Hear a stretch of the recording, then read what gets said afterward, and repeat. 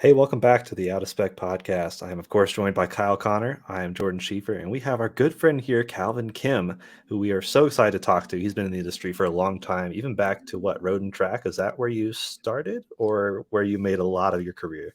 Uh, it goes back to 1999 actually. Nice. I originally started on the motorcycle side of the business, uh, testing motorcycles, reviewing them, broke enough bones, and went to the more passively stable option, which is cars.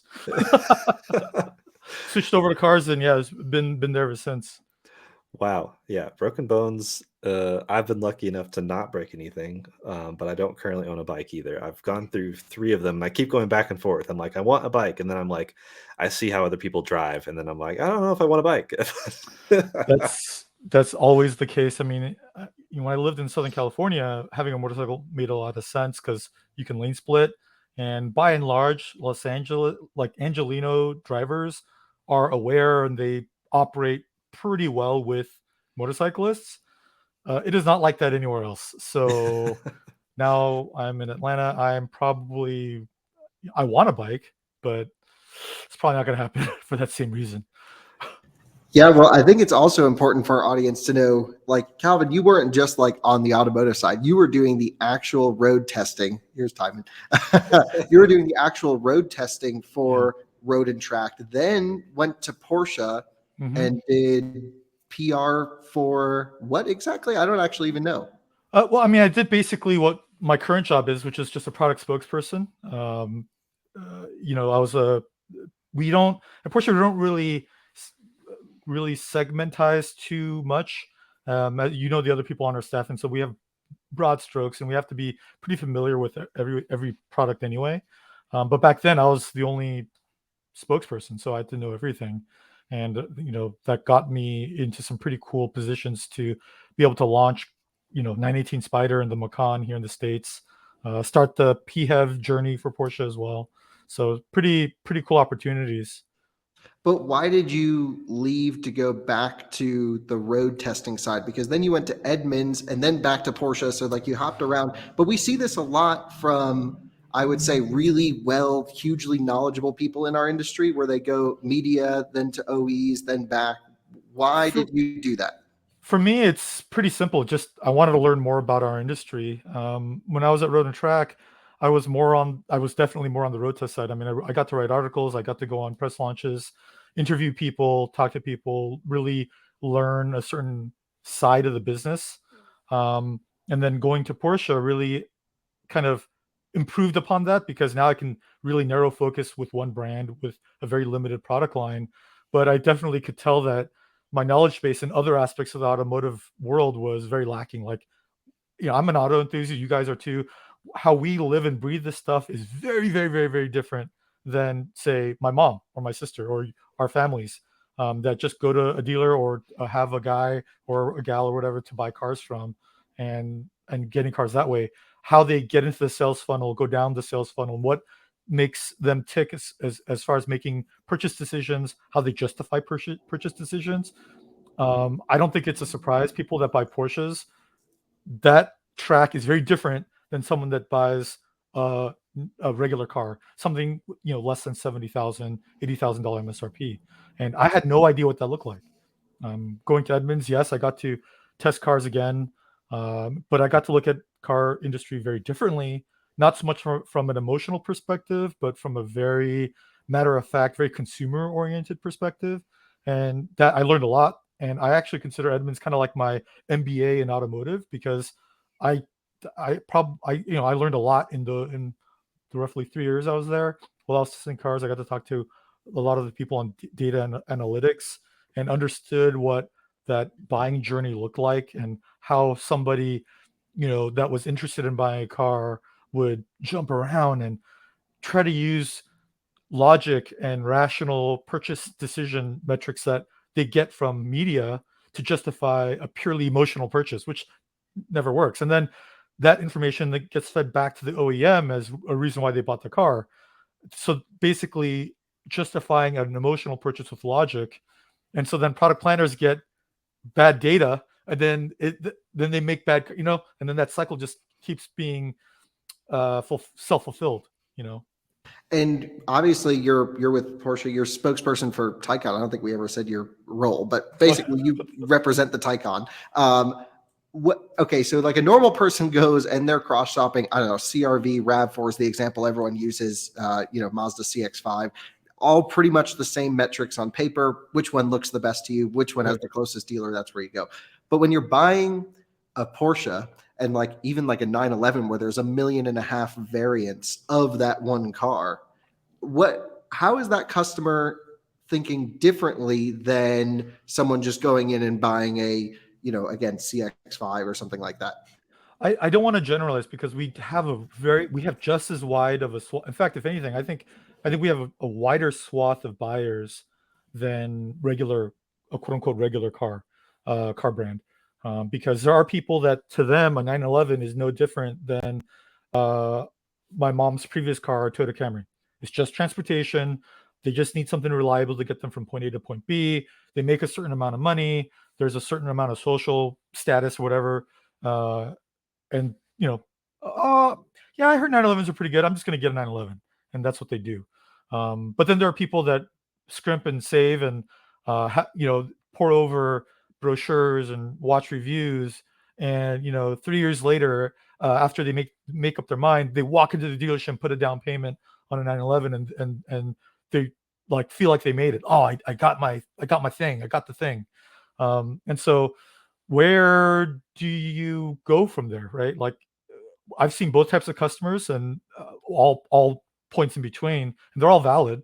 I know that definitely the reason why there are people that scrimp and save is because they see the experiences that some of the more affluent have with their cars, and in fulfillment and emotional fulfillment, because there's no doubt about it that a Porsche is an emotional purchase. No one needs a Porsche. They buy one because they want it. And I think everyone in the company is aware of that. And that helps drive our marketing, our the way we think about cars, how we sell them and distribute them as well.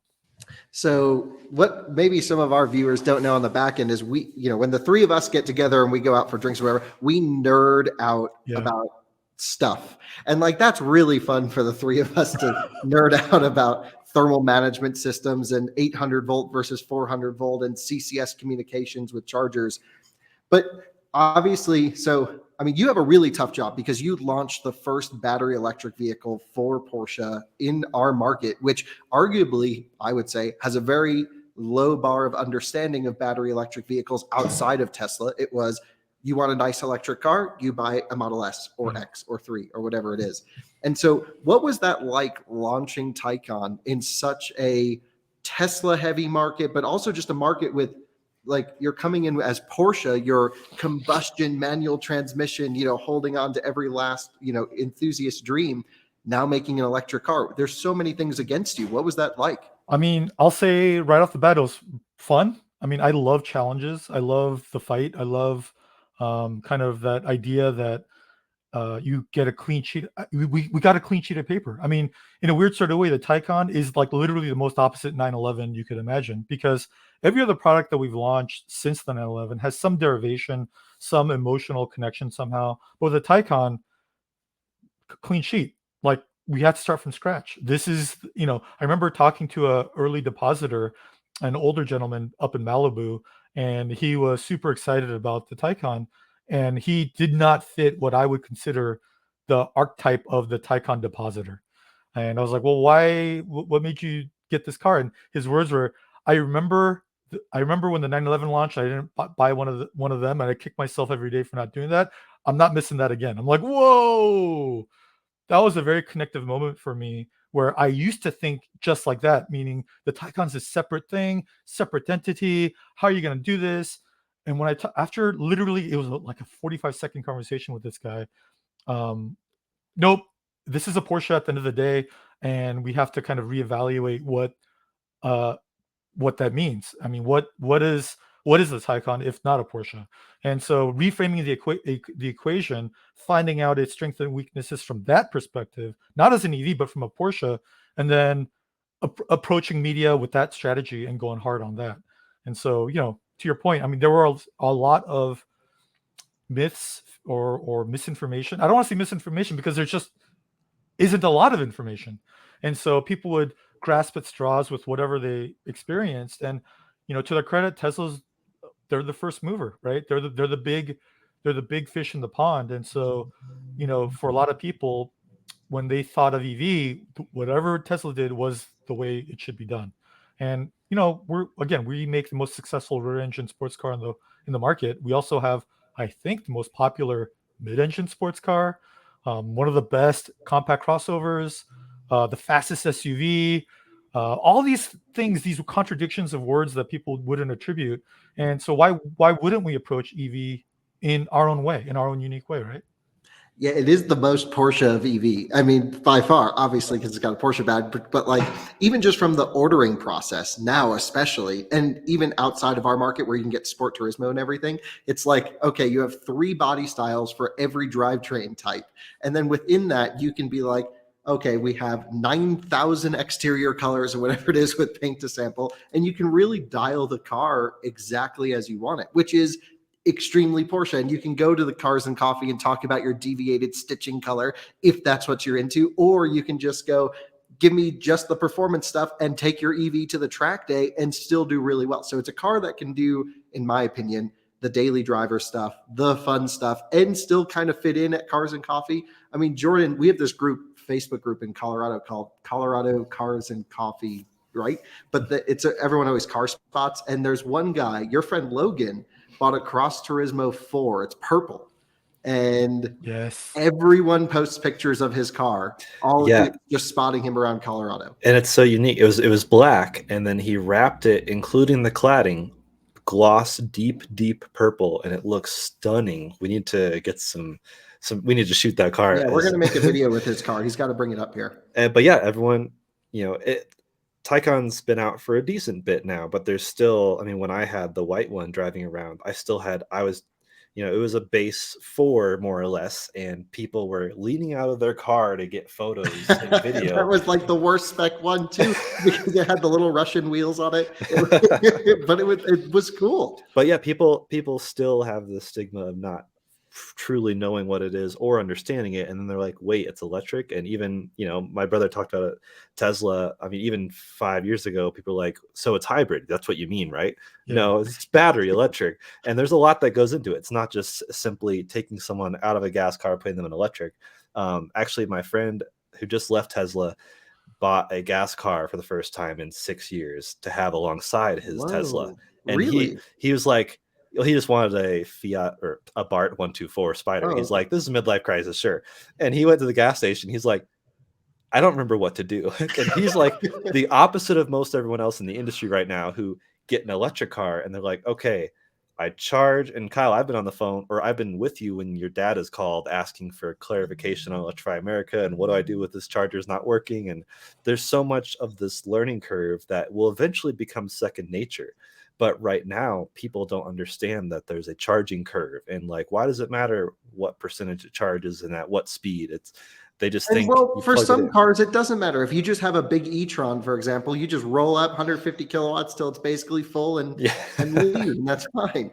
But I think, Calvin, we were in Los Angeles and we were talking to some people, and you brought up an interesting point, which is, okay, you're into cars or whatever. I don't remember who we were talking to.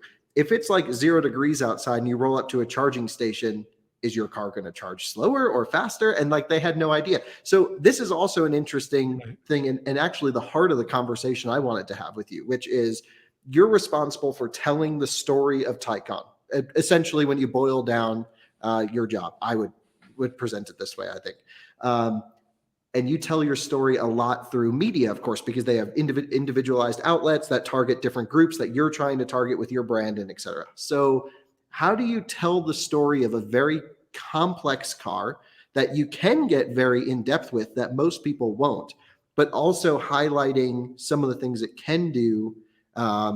This is a tough thing for you because you have to explain the car and you have to have whoever's reviewing it or whatever explain the car, but not fully understand it, if you get what I'm saying. Yeah, I mean, you got to break it down into slices that are digestible. And, still to this day, we still don't have the all-encompassing Taycan review, if you will. where you break down every aspect of the car. And I don't know if that's on purpose from my side, but I know that's not what I'm pushing for.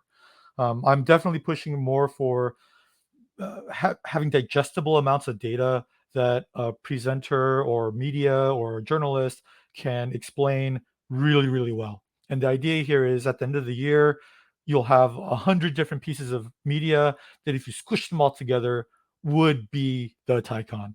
And that's the Taycan for 2019, Taycan for 2020, Taycan for 2021. And now we're just getting cracking on 2022. 2021 definitely was the time of extremes.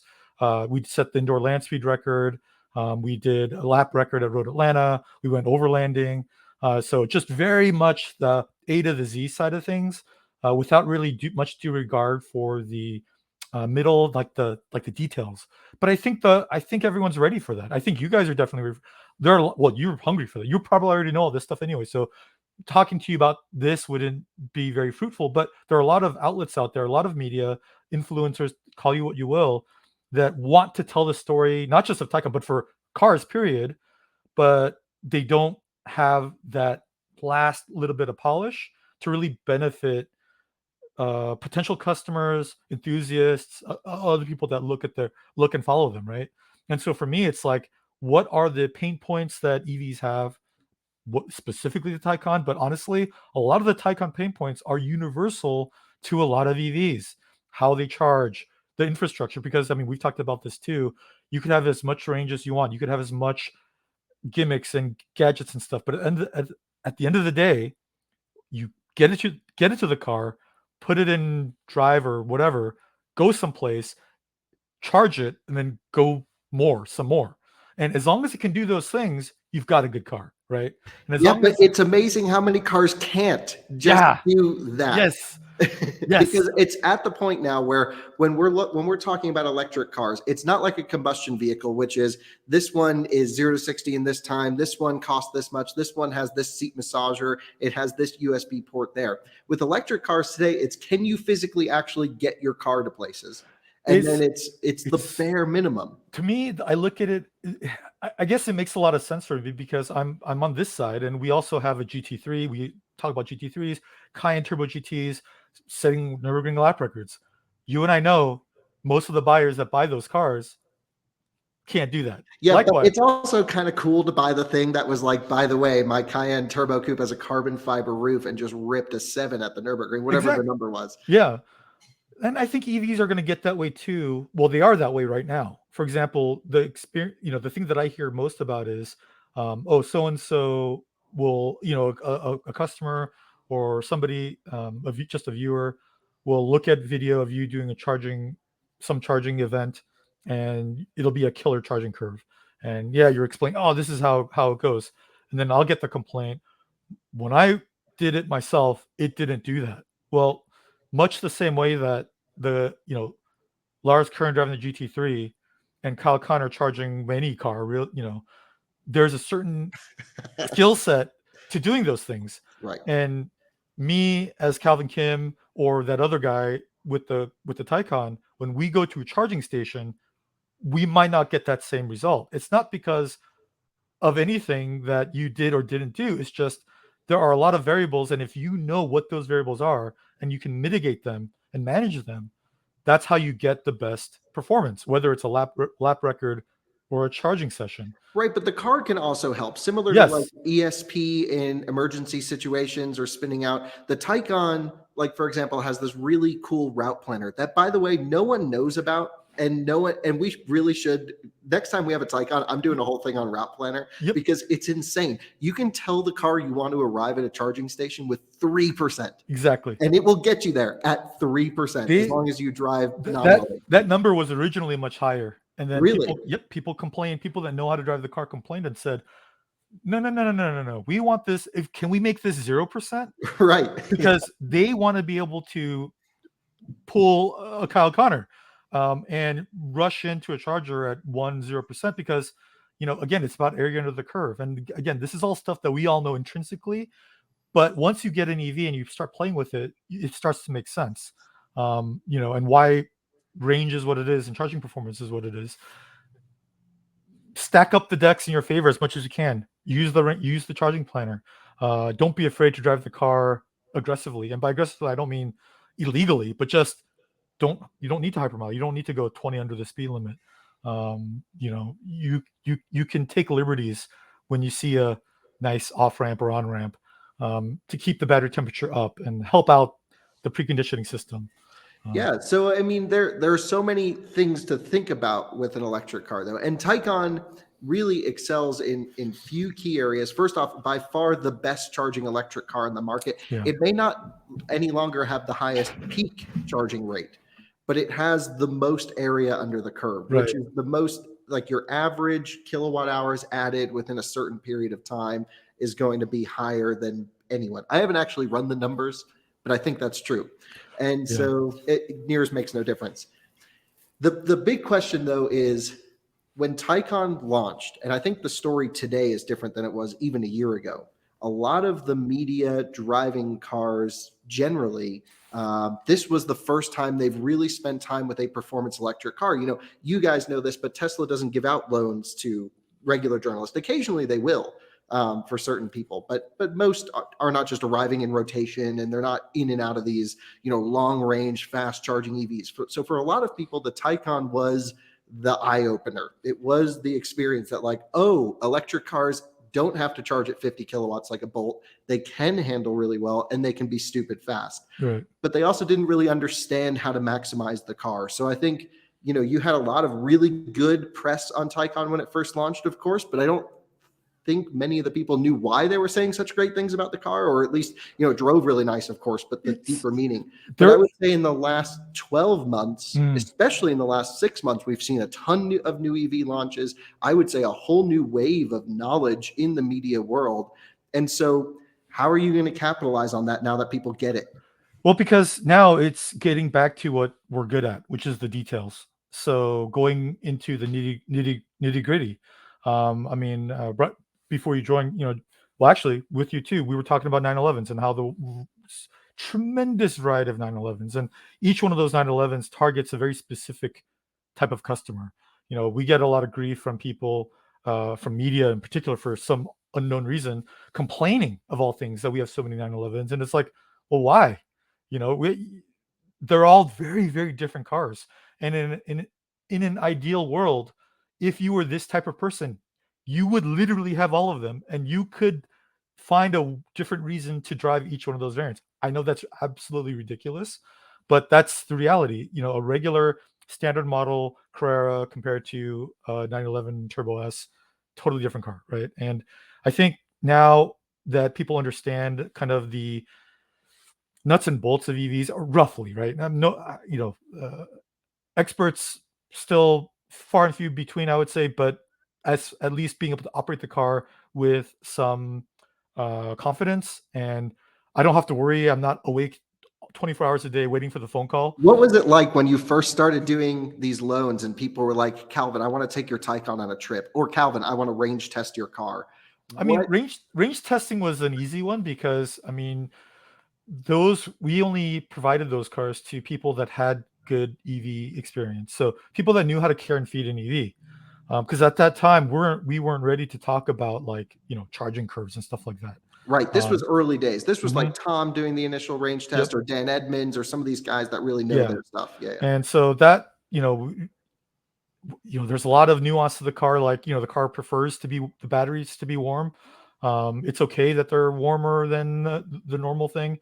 I think another big one was doing loans with media that had chargers at home.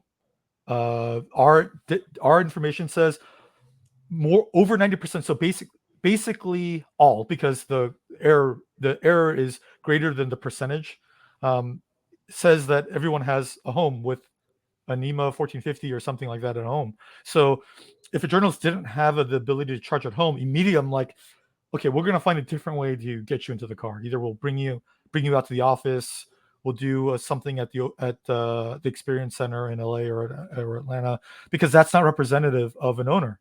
And for us, the first people that we have to serve are potential owners. So people that are actually in that sales funnel process. And what you don't want is a story to turn out to, I couldn't figure out how to charge the Taycan, so don't buy it. Because Exactly. everyone would have a way to charge it, essentially. Yeah, and that's, that experience is not representative of the car. And this applies to every EV brand or every brand that produces EVs, I would think.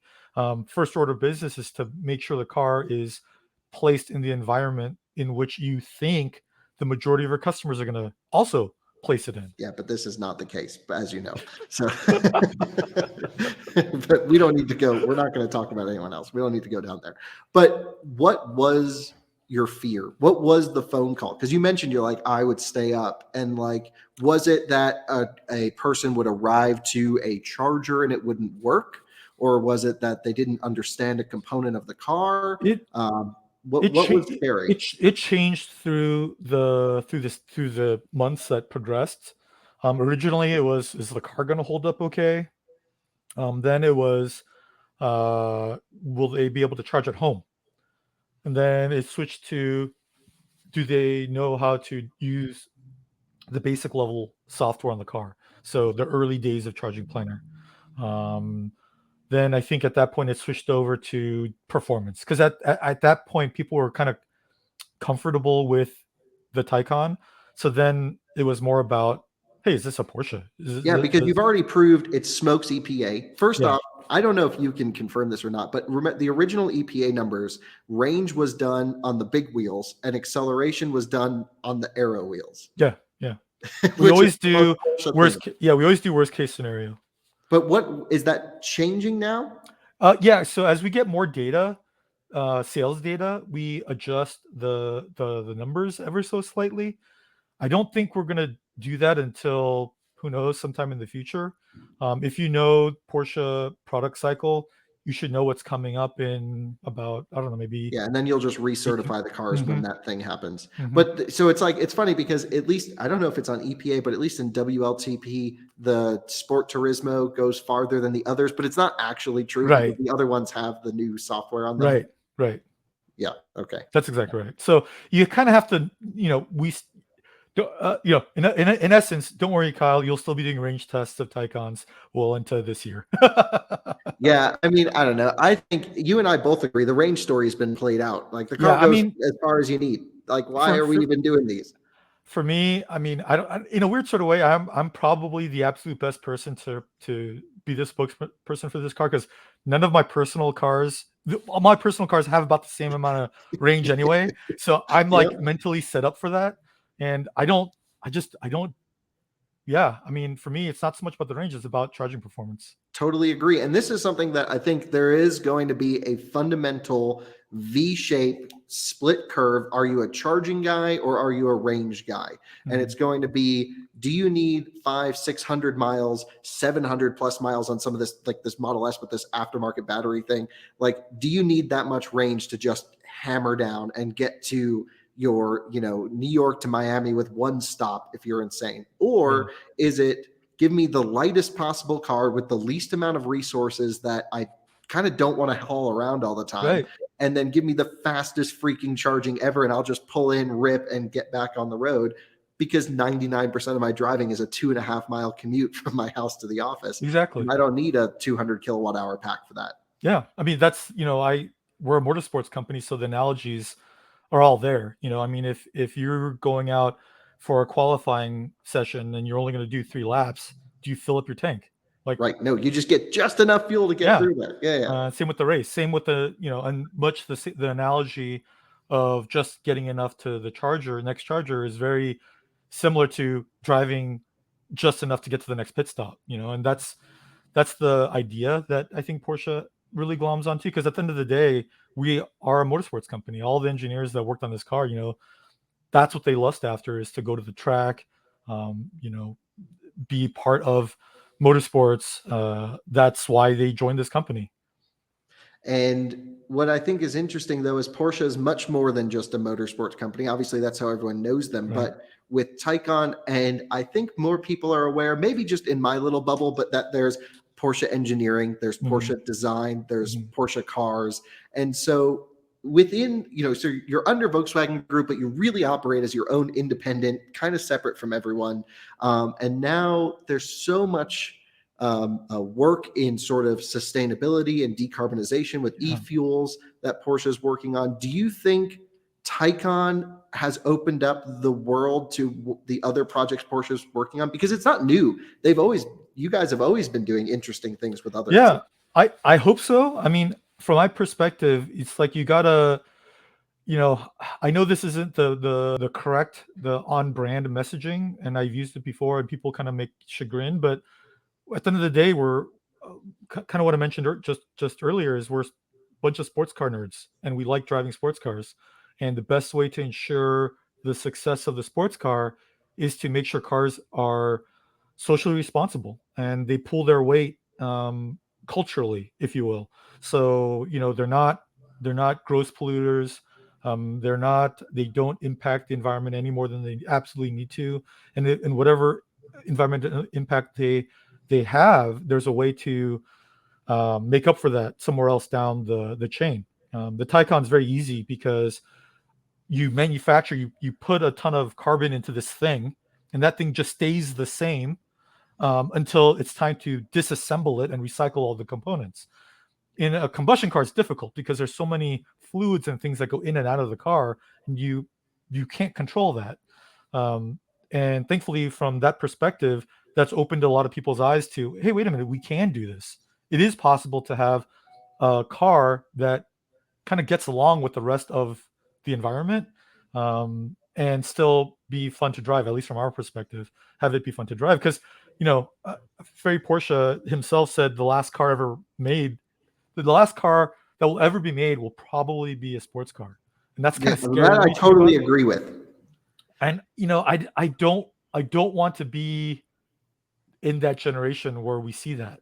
You know what I mean? Yeah. I hope that other brands approach sustainability not from a lip service perspective, but from that selfish perspective of like, man, we want people to drive our cars.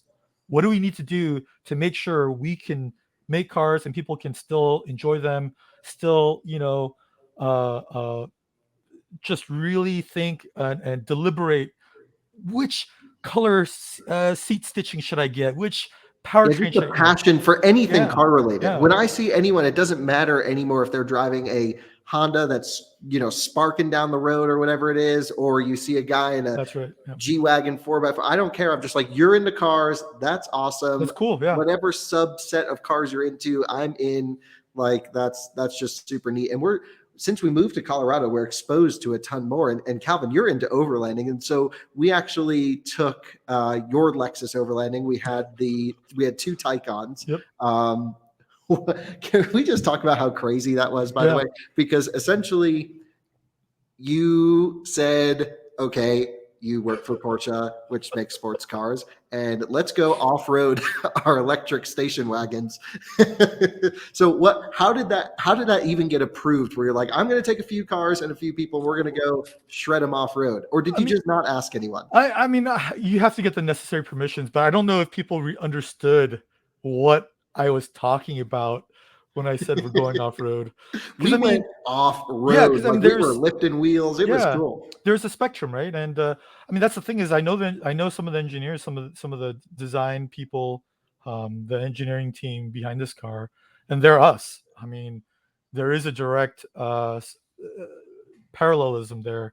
With the passion that they have, and I knew kind of the level that they treated this car, and I wanted to kind of pay homage to them, if I can use a fancy word, because in a weird sort of way, even I'm the spokesperson here for Porsche in America, but the way that I approach my job is I'm their spokesperson.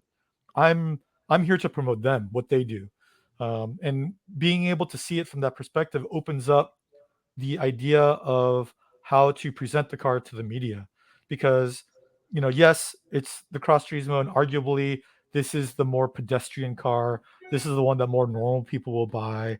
The sedan is lower to the ground. It's more dynamic, more emotive, as we would say. But the Cross Turismo, it's got the hatch. You put a roof rack on it. Take it grocery store to the grocery store. It's more ground clearance, so you can deal with speed bumps when you go to parking garages. I'm from LA, and driving the Cross Turismo in downtown LA is way more comfortable than driving the sedans. Yeah, you don't have to hit the lift every time. It just naturally sits higher. You go, oh, I got to turn left here. And there's somebody coming. You can just rush through, and nothing's going to touch the ground. It's really nice. And but as pedestrian as that kind of stuff is, the passion of the people that did the calibration on that car are just as valid on the sports car side of things, right? And so why not show off a little bit, show off the capability? It was such a cool thing because even though the car is, I mean, a lot of the things that help the car drive really well also help in off-road, locking rear diff, adjustable suspension. So like it kind of goes both ways. Yeah. And it was such a neat experience because, on one hand, a lot of the trails that we did were dirt roads, stuff that you would normally do here in Colorado, and then occasionally we'd find an obstacle and be like, let's get all the pictures now. But it was really cool to like go by Jeeps and they're like, what are you doing in this thing?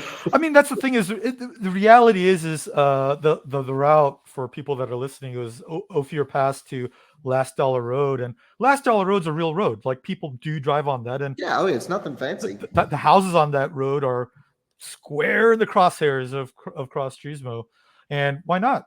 That was that's the reality, right? But Ophir Pass is kind of over here. Or over here, I guess, inverted on the webcam. It raises some eyebrows. But we have a history of doing that. I mean, what car has Porsche entered in the Paris Dakar? 911s, 95. Who takes a rear drive sports car off-road racing? We do. Only cool people. It makes people think, and that's what I love. I mean, I gravitate to that with like the Miata. Like I love going on crazy dirt roads because a lot of people think sports car equals garage queen, and take it out on the perfect Sunday as long as water hasn't touched the road in the last 3 days.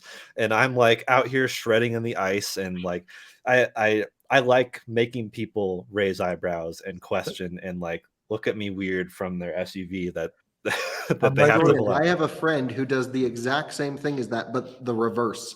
It's my friend's mom, drives a Toyota Venza, does not come out even if it's misting.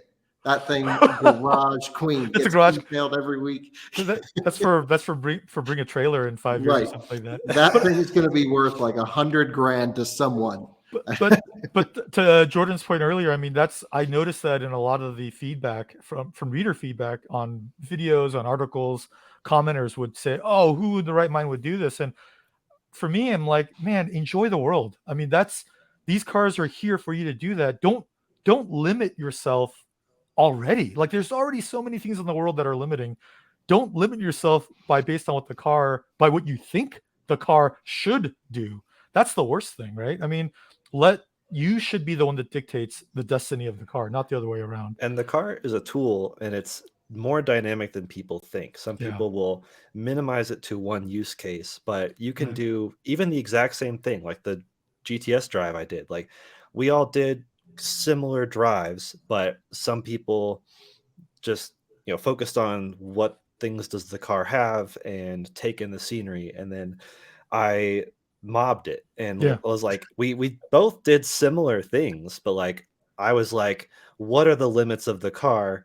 And then because I wanted to also see at the end, or not the end, but at our charging stop, I was like, okay, you just wanted to have a lower battery than everyone. Let's be honest. You're like heater on full. both seat heaters, all climate. Yeah. Actually, I found it was funny talking to some of the other guys because some people, people have mixed. I feel bad for. I don't feel bad, but it's just an interesting challenge with early EV adaptation because you have such a mixture of opinions. Some people are like, do not give me any fake sound. I don't want anything other than the car itself. And other people are like, give me the crazy EQS warble sound from like Star Trek. Star Wars noises. Yeah. And it's like, I tried turning on the Porsche Experience sound and I was like, how is this? And it was like, okay, it's a bit much, but I still like it better than the non-GTS.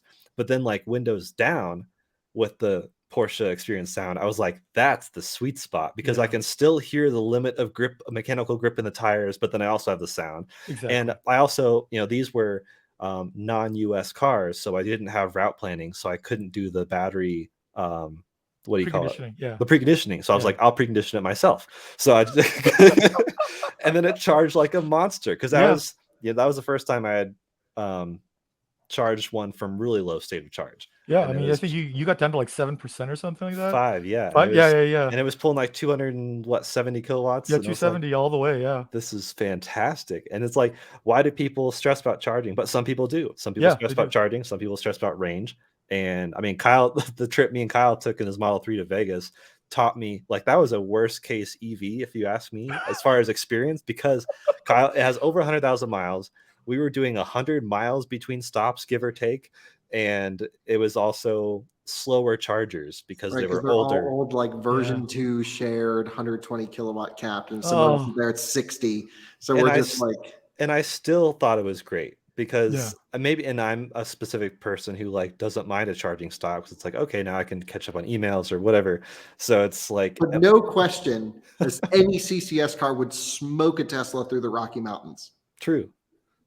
Yeah. Is that just because of the network? Yeah, because they have 350 kilowatt chargers every 100 miles, and there's 60 kilowatt chargers, maybe 100 plus on a good day with Tesla stuff. But that can change and get updated, and things like that. It's just where we live, it's actually really difficult. The network's hard for us because we're the last town before Wyoming, and so there's not a single. Sorry, excuse me. I think there's 3 CCS chargers in the entire state, 2 in Jackson, 1 in Cheyenne, which is a 24 kilowatt. So it's impossible to drive a CCS car up to Salt Lake City, up and over to Salt Lake City. I got to go all the way down to Denver, over the mountains, and up to Salt Lake, versus a Tesla, which I could just go there. So this is the hardest thing for me, because it just takes time. But putting in infrastructure costs so much money, and there's little ROI in putting that in the middle of wherever that is, Wyoming or Nebraska or stuff like that. So this is an interesting challenge that will come out, but it's a very unique one to us. Most people live on the coasts and have less than zero issue getting anywhere where they would need to go. I mean, the way that I agree with you. I mean, fundamentally, I see a future where CCS network will get, double the size. Oh yeah, easily. But until, it's like the chicken or the egg, the horse or the cart, or whatever analogy you want to use, there's still such misinformation or lack of information, really, ignorance or naivete or whatever about EVs, that needs to be remedied. Like a foundational amount of knowledge about EVs needs to be available. Like, I don't own a diesel. I've never owned a diesel car, but I know how to use a diesel. Like, I know the limitations already. The plug is I call it a plug. The nozzle on the pump is different. You got to go to a different pump. You know what I mean? You can't just go to any pump. It's a thicker oil. It doesn't come, so like that kind of stuff. And there needs to be enough buildup of, like, just, what do you call it? Like common knowledge about EVs? It's just like a basic, like, they should teach this stuff in school these days. Yeah. And it's kind of funny you say that, because my sister's kids, like, to them, an EV is like a normal thing too. I visit them. I'm in a Taycan, whatever.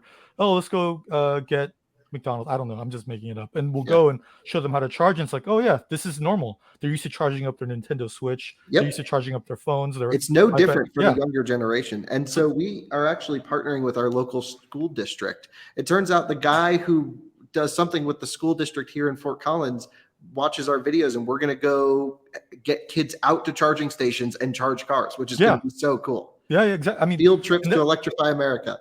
That's the thing is, Jordan, to your friend's credit, I mean, after being in a Taycan for a while, I'll go drive one of my gas cars. And I'm like, I got to go to a gas station. It seems like, why? This is what people consider. This is the preference. People prefer this experience. Like, that's what's so crazy to me. Yeah, it's hard for me to get that too, because we're always in and out of cars. We're testing a few a week, and so I've been driving my Tesla a lot more, which I hadn't driven all year really. Yeah. And I've been commuting in it, and I've been charging at work, and it is so nice. I've been watching you use your Model 3 as a snowplow. Yeah, yes, we got dumped on with snow, and it was the perfect opportunity because Nokian had sent some of those studded EV specific tires that I just can't get this car stuck in. I mean, we were in definitely nowhere near touching the pavement, just fresh powder, and it was just trudging through. It was awesome. Plus, Love it. an electric car in the snow is so cool because you can slide around and no one knows what you're doing. Exactly. It's just a pure cheat code to fun, I would say. Yeah, but I think we've talked enough about Porsche and all that stuff. But Calvin, you're a car enthusiast, as with us, and we only have another 15 minutes or so. So can you tell us your new love of overlanding? Maybe it's not new, but like, how'd you get into it? What are you getting? Because we love overlanding. I mean, I hate calling myself, I hate pigeonholing. I don't like label. I'm not an off-road. I just like going off-road.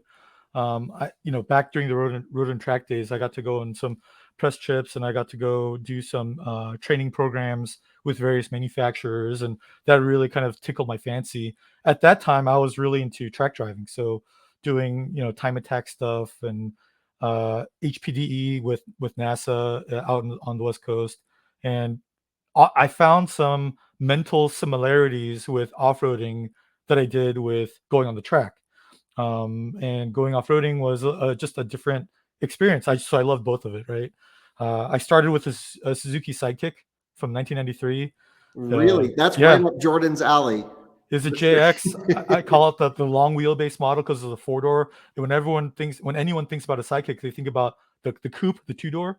But this was a 4-door version, and drove that. Had that with me all the way till 2016, actually. And then I, realized this is a little bit too small. I need something bigger. And I was looking at GXs, actually. And I transitioned. I couldn't find any GXs. So LX, I was like, well, wait a minute. This thing exists. And the prices were rock bottom. And I actually found a good one that was actually in your neck of the woods. And I bought it. And I haven't looked back since. I love that thing. And I mean, you wheel this thing, you've driven it across the country, like multiple times. Done a ton of trips with this thing. Yeah. But you also have an Evo, which you got to explain the Evo thing, because it is so cool. And I mean, it's got to be one of the hardest driven Evos, I would think. I mean, how do I say this nicely? There's journalist privilege, and back when I was at the magazine days, the race sanctioning organization let me get my race license. So they had a exam process, a testing process, and the final, if you will, was a mock race. And I got to take the test in my Evo. And so that car I've done autocrossing with and did a lot of track days with. So I was very confident in the mechanical capabilities of it. But there's this moment I took and again, this is back in, I don't know, 2007 or 8. So back before, when the video camera was 320 by 240 resolution, 12 frames a second or whatever. So it was really, really janky. But I'm next to like a Spec Miata, a D-type race car, a Spec E30, and here's me. You can hear the seatbelt chime going on because I'm putting on my gloves. Ding! It's just the most ridiculous thing. It's the cold grid before we get on to the hot grid to practice starts. And I mean, that car, it's an Evo 9 RS, so pretty, not too common. I left it fairly stock. My thing is it's like I consider it a mirror image of my soul. It's a very flawed car in some ways, but yet very good in other ways. I relate to it really well, and that's my forever car. I love that thing. It makes me happy to drive, and it's a really good palate cleanser for front steering feedback. Steering feel, I still think it's probably got one of the best response steering feedback, that loop on the market. Very, very different cars. Got my Evo, got the LX, but oddly they tickle my fancy and just as well. What's going on with the wagon? Is it fixed? Yes. So I've got a Golf All-Track SEL. I got it back a couple weeks ago.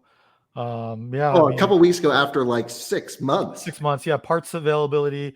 It got a little fender bender and some of the trim pieces. I could have gotten the car sooner if I opted for reproduction parts, but it's a 2019. I'm not quite ready to go to repros just yet. Yeah. And so I held out. We don't, I work from home, so I didn't need the car right away. So I held out and waited to get OEM stuff. But that's like the perfect 3-car solution. You have the daily, put everything you want in there. You have your adventure vehicle, and then let's head to track days. Right. That's And perfect. the Evo and the LX, I mean, it's the LX, it's hard to get 300 miles on a tank. Normally I get about 250 to 260. Same with the Evo. I mean, and that better than most how that lines up with Taycan. Yeah, I mean that's the thing. It's just to me, and maybe I don't know. Everyone knows I'm a Taycan fan. It's not because of anything you've done. You haven't paid us to like Taycan, right? Like that doesn't happen. It's just a really good car that I think meshes with like my split personality, which is like I have all the modes on the steering wheel, so I can go. I want maximum range, and I can go into range mode and it slams itself down, or like, hey, I want to go on a dirt road, or I want to drift it, or rip up a track. And so the car just has this multi-character that Yeah. fits really well with what I want from a car. I'm a Porsche guy at heart, but it's not really why I like the Taycan because it's a Porsche or not. It just is like it can do so many things and has so many adjustability in real time, and it satisfies my need for not driving 9 cars in one day. I'm right there with you. Yeah, it's like if you couldn't have a Lexus off-roader and an Evo, a Taycan's a good like does both. Yeah. I mean, I can't do some of the trails I'd like to go on, but I could do a lot that I do go on, right? It can do more than my Sprinter. I mean, those 4x4 Sprinters that can't go over a freaking speed bump sometimes. That's funny. I forgot about the Suzuki Sidekick because Calvin, we were just earlier podcasting this week on the normal show, and we were brainstorming 2-door 4-wheel drive older off-road winter beaters for me, and that was the only one that didn't show up on the list. I mean, Psychic is tough because it's such a back to basics off-roader. I mean, it doesn't have lockers. You've got mine had the auto locking front diff. So if you put it in 4 low, it would engage some kind of sprag. It was just a mechanical locking diff? Yeah, like a sprag clutch. Oh, interesting.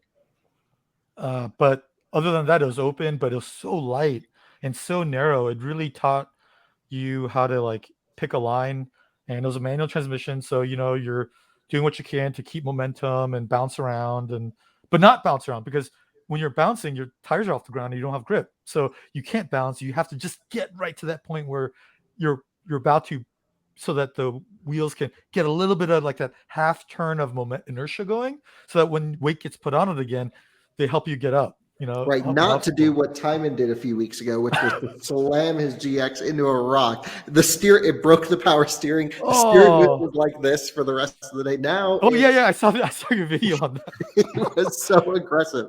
But which is funny because my power steering reservoir, or it's not the reservoir itself, but the hose that goes right up to that. It's Timon's hose that went. Mine started leaking too, so I just ordered some parts. So I'll be doing that this weekend, hopefully. That's when do your parts get here? Oh, he hasn't ordered them yet. Okay, but he's driving it around muscle man style. He's always like, "Hey, Kyle, can I borrow the smart car?" And when he asks to borrow the smart car, something's bad. The good thing is, I don't think the GX has so the LX has this thing called VGRS, which is variable gear ratio steering. I don't think the GX has that. No, his does not. So all the Lexus LX guys are very paranoid about that failing because it's something different than the regular Land Cruiser. But I didn't realize they had that. That was in the 100 series? Yeah. The 100 series is, I mean, this is going to sound weird, but for what an SUV is kind of like the ideologue of what an SUV is supposed to do, that LX, I think was probably the best SUV until this current generation Mercedes GLS. The new GLS is so good. Yeah. That was the first car that I drove that I went, wow, this might actually be better than a 100 series LX. I'd love to see one overlanded out with like some stuff, and I don't know. They have a huge suspension adjustment on that. Yeah. Too. And before, I know I said this and people have wanted to punch me in the face. What I mean is being able to leave your house at any time of the day, go over the speed limit at a high rate of speed, very comfortably listening to classical music, jazz, while sipping on a cappuccino. This is what Calvin does. This is what I do. You get to your destination, and then you are going up or going down Imaging Pass. You're doing the Alpine Loop, the full Alpine Loop. You're doing Black Bear. You're doing those kinds of things. The same car. All you do is air down and you hit it. Not many cars can accomplish both. They can go on the highway, sure. Are you comfortable? Yeah, but Maybe Calvin, not. you're forgetting one major thing here. What's that? The GLS bounces. Oh yeah, that's true. You just hit a button and it is the coolest thing. It's got the planet. bounce. Yeah. I mean, I'll give it that, but I guess I'm old school in a way where like you want good drivership. What do you call that? Like driver skill? I don't know. Ability to control the vehicle where you want. Yeah. Know how to recover yourself, throw the traction boards down, and know how to winch and know how to use recovery straps. We've been using a lot of traction boards this winter. We've been hitting the trails a lot in the snow and ice. And we've been out with some overlanding groups locally too. And we've noticed like we actually had a major issue on the last overlanding trip. We weren't involved, but some guy was rolling up behind two Tacomas. Basically, the guy in the second Tacoma went out to spot the first Tacoma over an obstacle. Thought he put the vehicle in park. It was not in park. He gets out, it starts rolling away. And as he jumps in, he actually got squished between a tree, slamming the door on him and it slamming into the Tacoma in front. So it was like a multi-collision. He got squished. Thankfully, no like helicopter needed. I don't even know how we would have got them because we were in the middle of nowhere. So anyway, just like the thing is, overlanding's really fun, but when you're with a group and different levels of skill, and everyone is going to make a mistake from time to time. You just like safety is the most important. That's it. That's all you've got. That's all you got. And like for me, it reminds me of like flying a plane or something where you just have checklists and you just have to be very methodical. And when I go off-roading with people, like some people look at me as like the old fuddy-duddy, but hey, if you're out by yourself somewhere, have your spot with you, have your stuff. You got to. And that's what intrigues me about it, is that self-sufficiency. Just being it's kind of fun though, isn't it? Just carrying everything you need, having every backup solution. And it's like, I don't know, I'm just into gear. So I like having I'm right there with you. And like you want your Dometic freezer and like all this other cool stuff. I just love all that.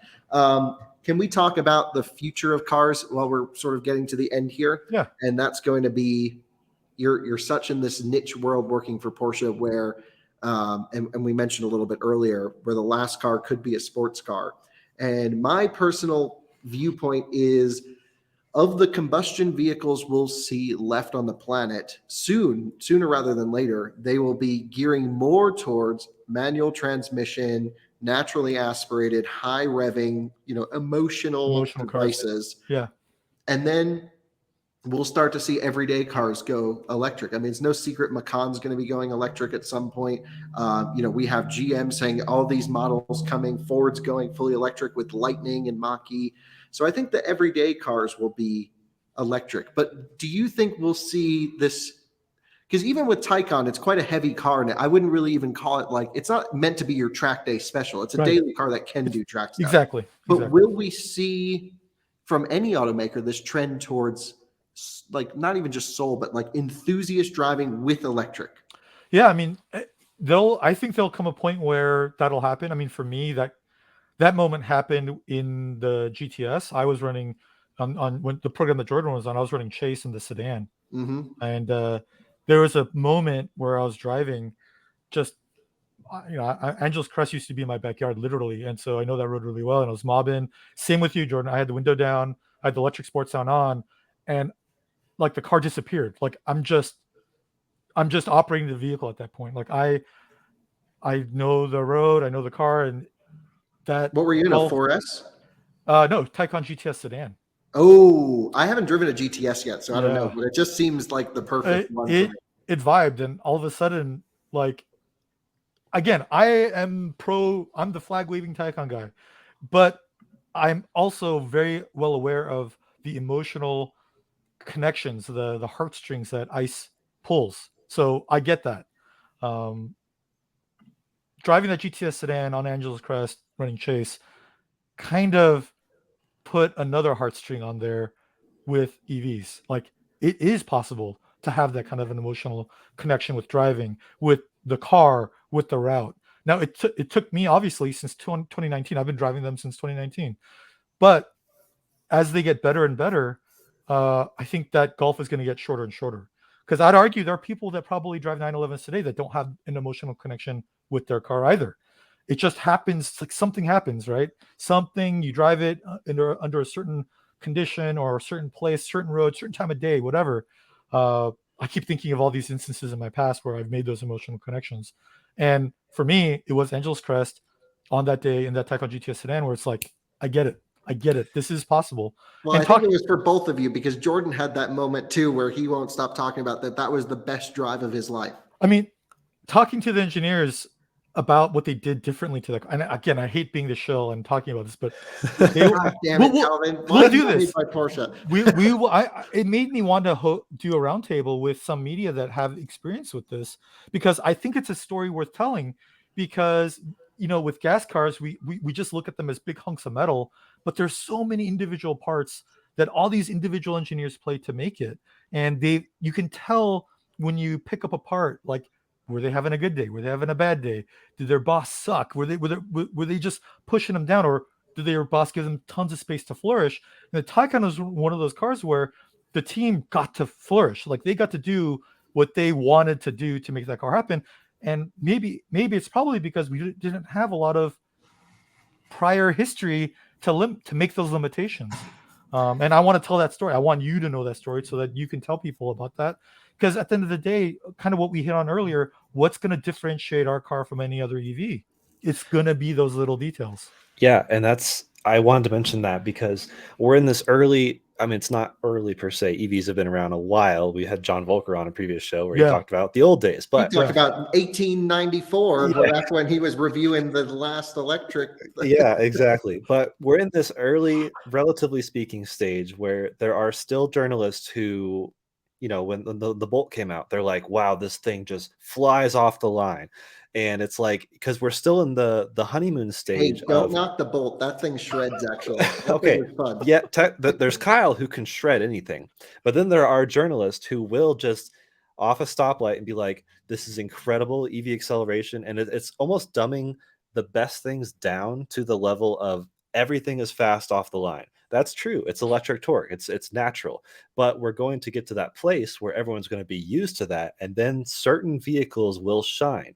Yeah. And I feel like Taycan is kind of already doing that, but some people are not appreciating that enough because to them it's just another EV, and they're like, "Oh, this Taycan's slower than the Plaid," and it's like, well, what are you basing that on? Right. And people could eventually just get used to certain things, and then it's the little things, like you said, that will start setting it apart. And then there are the people who are like, the Plaid is the fastest, yeah, but I can't tell Tesla what color I want my seatbelts, right? Because you can't like exactly make it your own. Right. Of course, there's the aftermarket, but it's an interesting time. And yeah, that like I regret not trading cars with you because I've actually never driven a Taycan sedan.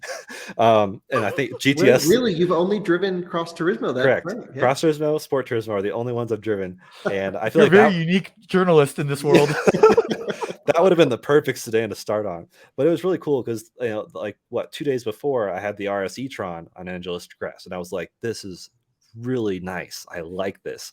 And I'm glad I started with that because then I went to GTS Taycan. I was like, this is, yeah, like Kyle, I've told Kyle so many times, it's religious experience. I was like, I haven't had to steal Mazda's expression, Jin by Tai, horse and rider become one. I was like, I'm just going to write cheesy poetry about this. You always got to get a Mazda reference in there. But kind of like Calvin's Evo, the Miata is my palate cleanser, my mental reset after driving every press car. Because I'm like, okay, let me go back to this front engine rear-wheel drive. You have a lot of time to think about it with that acceleration. Yeah, I can spend half my day accelerating from 0 to 60, and I'd be like, this is nice. This is good. And I don't necessarily feel like I need a super fast car. I mean, Timon was like, I need a 6-cylinder Supra. And I was like, yeah, I like that. But I can drive a 6-cylinder Supra as my job, and then I can come back home to my slow thing. Right. That gives me peace. Well, that's a good place to end it. Yeah. I'm excited for the future. I'll leave it at that. I'm excited for the future. I mean, I agree with you. I think expect to see more. I don't think America's quite ready to talk about actual, like really talk about sustainable manufacturing, but we are, and I'm going to be pushing it this year. There's still people that think that EVs are worse than gas cars to the environment. That's just like patently not true. I mean, especially when you think about life cycle. Like I said earlier, I mean, once you make an EV, everything's done. Like that's it. There's no more carbon coming out of that thing, going into that thing. And if you know where the electricity is coming from, you can track to the molecule CO2. I mean, that's the idea here. So there's 2 episodes I want to have you back on, Calvin, for more, I would say, structured chats, if you will. The first being like a Taycan deep dive, just model line, going through, why, and some of the background too. Why did they go 800 volt? right. This was the hardest decision and the most expensive decision. You want me to do my job, basically? Yeah, for one of them. But then I also do want to talk about sustainable manufacturing and decarbonization and life cycle and recycling, because I think this is something the Germans are really into and have been into, and the German media gets it. We don't really understand in the US, me included. I don't understand 1% of it. I also don't know how we're going to be able to handle full life cycle of vehicles with this dealer network in between corporate goals and then the car being out in the public. And this is something I've been struggling to close the gap on. That's a very good topic. I mean, I don't know. I don't have the answers, but I mean, that's the idea here, is to have these discussions and figure it out. We're in the early stages of this. We're transitioning powertrain philosophies. We're transitioning on how the car is fundamentally used. Like we said earlier, like we're so used to swiping a card and pumping gas. The whole network is set up for that. And now we've got a different way of doing things, like especially with plug and charge. You just plug in and that's it. Like we're not there yet. The whole rest of the country's not there yet. The majority of the country's not there yet, but there are pockets that are getting there, right? And you guys definitely are helping spread that awareness of how it can be. It doesn't have to be. Everyone's like, "Oh, I don't want to have to stop all the time." But like Jordan, you mentioned it earlier. I actually think of them as nice rests and good breaks. Mm-hmm. And I'm a in the motorcycle world, they call them iron butt, where you drive or you ride 1,000 miles in a day. Yep. And I'm that type of guy in a car. But I also, because of the nature of the range that I get on my cars, I'm used to doing 230 miles, stopping, 230 miles and stopping, 230, and guess what? That's kind of what you can do in a Taycan.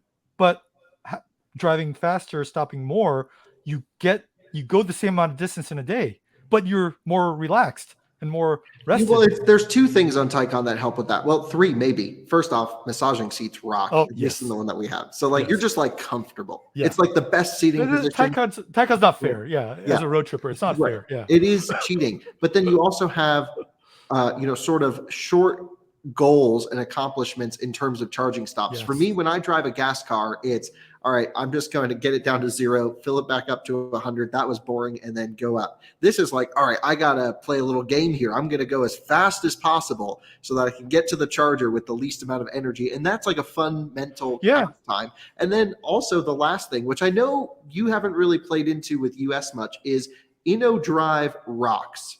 But most journalists will be like, it's not autopilot, so it's not good. So that's what I hear. That's another thing that we should talk about. We'll get there. I mean, that's the problem, or that is one of the issues, is everyone expects everything to work exactly the same. And again, there's no reason for it to. There should be some product differentiation out of the market to give people other options, to give people to be able to expand their horizons and keep innovating, right? I mean, Tesla did too. Tesla did the biggest innovation of all, right? Because before Tesla, what was the default standard? It was an iMEV. It wasn't very good. So, likewise, we want to innovate our way. We have different priorities than other car brands do. And if you happen to line up with that, then we're the brand. But if not, that's okay. There's so many other great products out there that, the world of cars is just so amazing, because there's so many different ways you can approach it. You can approach it logically and rationally. You can approach it full of emotion and passion, and every point in between is totally valid. And there's so many products out there to satisfy every little niche Every And we're little starting to see this too yeah. now that you can buy EV6 Ionic 5, a great example of wild styling, really cool emotional buy, but then a really solid car underneath Right. and really well engineered, I think. So a lot of cool stuff coming out. Yeah. Yeah. Cool. Well, Calvin, thanks so much for joining us. And we will definitely have to have you back because there's obviously a lot of discussion. And every one of these conversations is, I think, really important for a lot of people to hear because we're starting to normalize the aspect of electric ownership. Right. So I'm thank here you. for it. Yeah. Thanks for joining Cheers, us. guys. Thanks for having me on. And thanks everyone for joining in.